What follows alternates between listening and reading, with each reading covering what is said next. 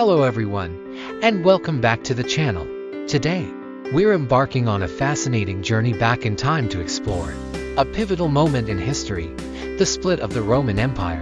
It's a story filled with ambition, challenges, and ultimately, a transformation that shaped the world we live in. For centuries, Rome stood as a colossus, a unified empire stretching across vast territories.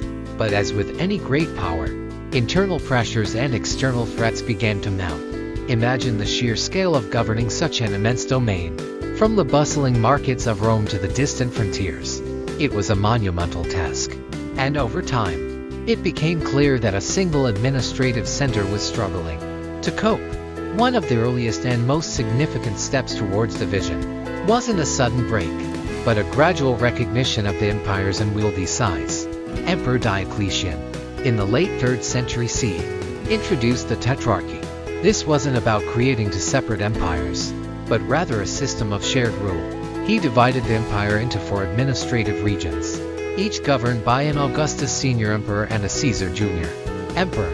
The idea was to improve efficiency, better defend the borders, and ensure a smoother succession. While this system eventually faltered, it planted the seed of regional administration and highlighted the growing differences between the Latin West and the Greek East. Following Diocletian, emperors like Constantine recognized the strategic importance of the East.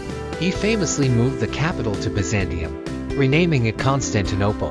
This wasn't just a change of address, it was a deliberate shift in focus.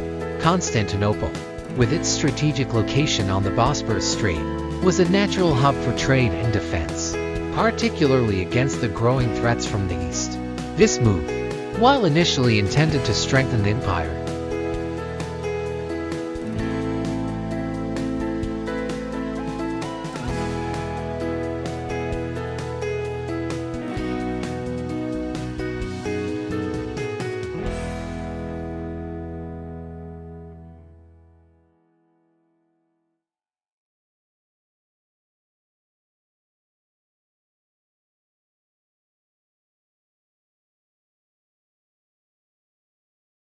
Now, why did this split happen?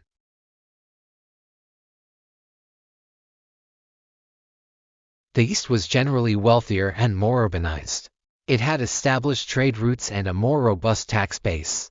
The West, on the other hand, faced greater pressure from migrating Germanic tribes and had a more agrarian economy, making it more vulnerable. Politically, the challenges were immense. The sheer distance between the administrative centers made effective communication and coordinated action difficult. The emperors in the West often found themselves struggling to maintain control over their vast territories, facing constant incursions and internal instability. The East, with its more centralized administration and stronger military presence in key areas, was often better equipped to weather these storms. Culturally, the differences were also becoming more pronounced. While Latin remained the language of administration and law in the West, Greek was the dominant language and cultural force in the East. This linguistic and cultural divergence contributed to a growing sense of separate identities. Think about the philosophical and theological debates that were flourishing in the East, often conducted in Greek, while the West was grappling with more immediate practical concerns of survival. The consequences of this split were profound. The Western Roman Empire, weakened by internal strife and external invasions, eventually collapsed in 476 CE. This marked the end of an era and ushered in the period we now call the early Middle Ages in Europe. The Eastern Roman Empire, however, continued to thrive for another 1,000 years. It evolved into what historians often refer to as the Byzantine Empire. This empire preserved Roman traditions, law, and administration, but it also developed its own unique culture, art, and religious practices, deeply influenced by its Greek heritage and Orthodox Christianity. Constantinople remained a beacon of civilization, a center of learning and trade.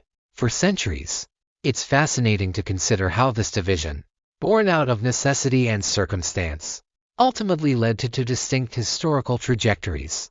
The legacy of the Western Roman Empire can be seen in the foundations of many European nations.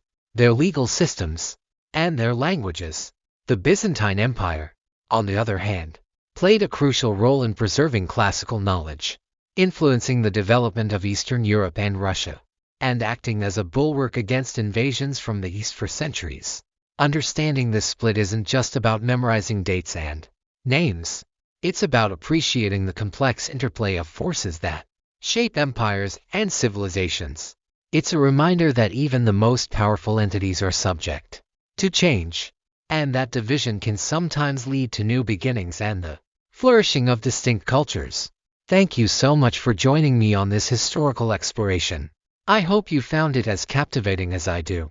If you enjoyed this journey through time, please consider giving this video a like and subscribing for more content.